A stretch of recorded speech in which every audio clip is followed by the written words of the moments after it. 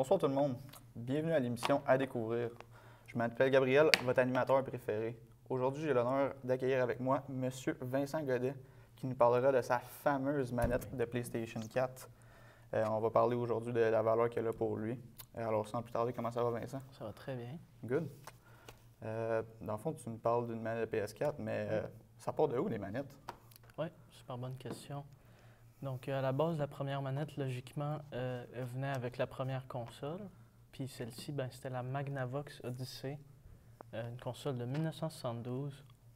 Donc, la manette pour cette console-là ressemblait en fait à un rectangle avec juste deux boutons rotatifs qui n'étaient pas comme ceux-là. C'était différent, c'était vraiment tourné. Puis un bouton reset. Sinon, il y avait juste un tout petit fil qui reliait à la console, puis c'est tout. Sinon, dans la même époque, plus ou moins, pas mal plus populaire, on a la compagnie Atari qui a fait beaucoup de manettes très populaires. Les deux principales, je dirais, c'est celle pour le jeu Pong et aussi celles qui ont créé pour leur console la Atari 2600, dans le fond, qui avait un design que tout le monde reconnaît presque. C'est un joystick avec un bouton. C'est simple comme ça. Puis je dirais même qu'il y a beaucoup de gens qui pensent probablement que c'est la première manette, mais en vérité, c'est pas ça. Fait que les anciennes manettes étaient complètement différentes de ceux qu'on a aujourd'hui. Oui. Quand est-ce qu'il y a eu une sorte de corrélation entre les nouvelles manettes et les vieilles? Oui. Donc, personnellement, moi, je dirais que la première manette qui a vraiment commencé à ressembler à comme ceux-là ici, c'est celle de la Famicom en 1983 où... Famicom. Oui, ben en fait, je vais expliquer. La Famicom, c'est la console qui était le modèle pour la Nintendo Entertainment System, la NES. OK. C'est juste la version japonaise.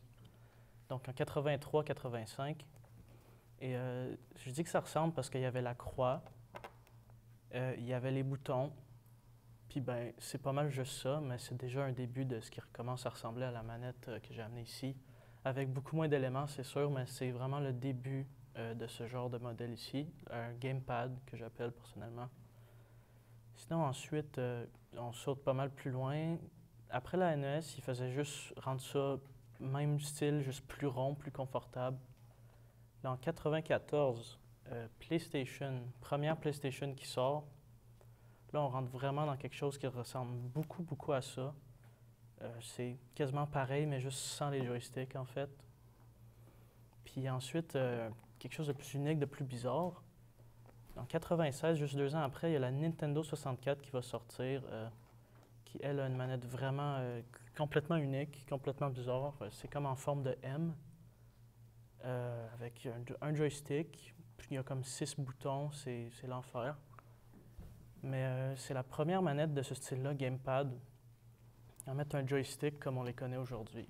Il y en avait juste un, mais c'est quand même là que ça a commencé. C'est aussi la première qui a introduit les vibrations quand on joue, avec un module qu'il fallait acheter séparément qui faisait ça. Puis tu peux-tu nous donner des exemples de manettes un peu moins conventionnelles que tu connais? Ben oui, il y en a plein, c'est sûr. Quasiment toutes les manettes, on pourrait dire, sont uniques d'une façon. C'est sûr, il y en a qu'on peut même pas différencier quasiment, mais il y a surtout Nintendo, qui sont quand même une compagnie qui pense, tu sais, quand même pas dans le futur, mais ils pensent différemment. C'est malheureusement tout le temps qu'on a aujourd'hui. C'était super intéressant. Merci d'avoir amené ta manette. Pour la prochaine émission, on va avoir avec nous Gabriel Éluard qui nous parlera de son shaker. Alors restez à l'affût et on revient tout de suite après la pause.